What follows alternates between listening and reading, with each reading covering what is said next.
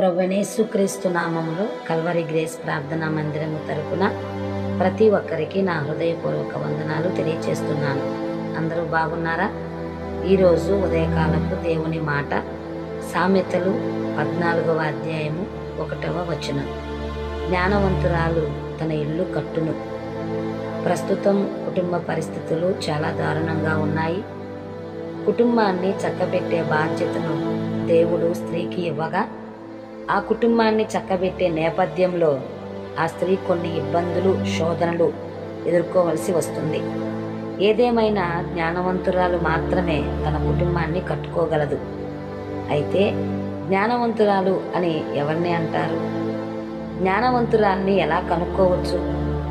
బాగా చదువున్న స్త్రీ జ్ఞానవంతురాలా, లేదా బాగా మాట్లాడే స్త్రీ జ్ఞానవంతురాలా, మరి ఏదైనా అర్హతలు జ్ఞానవంతురాలు కలిగి ఉంటుందా? ఈ ప్రశ్నలన్నిటికీ జవాబును మనం తెలుసుకుందాం. 18 మంది సంతానాన్ని కలిగిన ఒక స్త్రీ తన పిల్లల విషయంలో ఎన్నో జాగ్రత్తలు తీసుకుంటూ తన పిల్లలను క్రమశిక్షణలో, దైవభక్తిలో పెంచడం మాత్రమే కాదు కానీ ప్రతి విషయంలో వారిని పట్టించుకుంటూ, సరిచేస్తూ, తప్పుదిద్దుతూ, ఇంటి పని విషయంలో కూడా ఏమాత్రము విసుగు చెందక ఎన్నో బాధ్యతలను నిర్వర్తిస్తూ ఒక మంచి తల్లిగా పేరు పొందిన ఆ స్త్రీయే సుసన్నా వెస్లీ.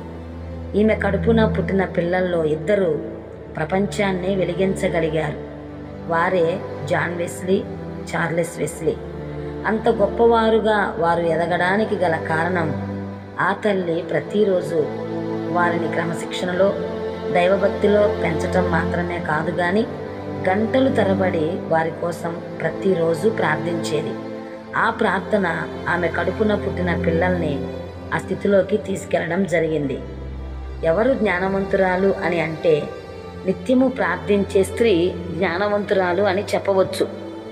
తన భర్త వల్ల కుటుంబం మీదకి గొప్ప అపాయము, కీడు రాబోతుండగా తన జ్ఞానంతో తన కుటుంబం మీదకి వచ్చే కీడును, అపాయాన్ని తప్పించగలిగింది ఆ స్త్రీయే నాబాలు భార్య అయిన అబీగైలు.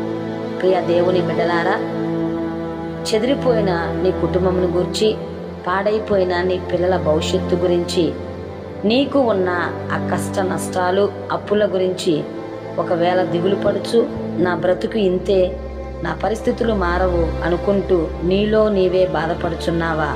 అయితే నీతో ఒక మాట.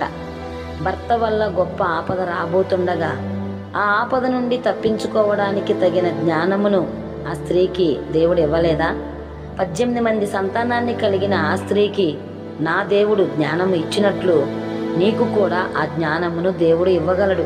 అయితే నీకు కూడా ఆ జ్ఞానము కావాలి అంటే ఈ రోజు నుంచే మోకరించి ప్రార్థనా జీవితమును ప్రారంభించు. ఎక్కువగా దేవునితో గడుపు.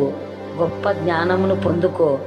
నీ కుటుంబాన్ని ఆ జ్ఞానంతో నీవు కట్టుకొందువు గాక. Amen. God bless you all.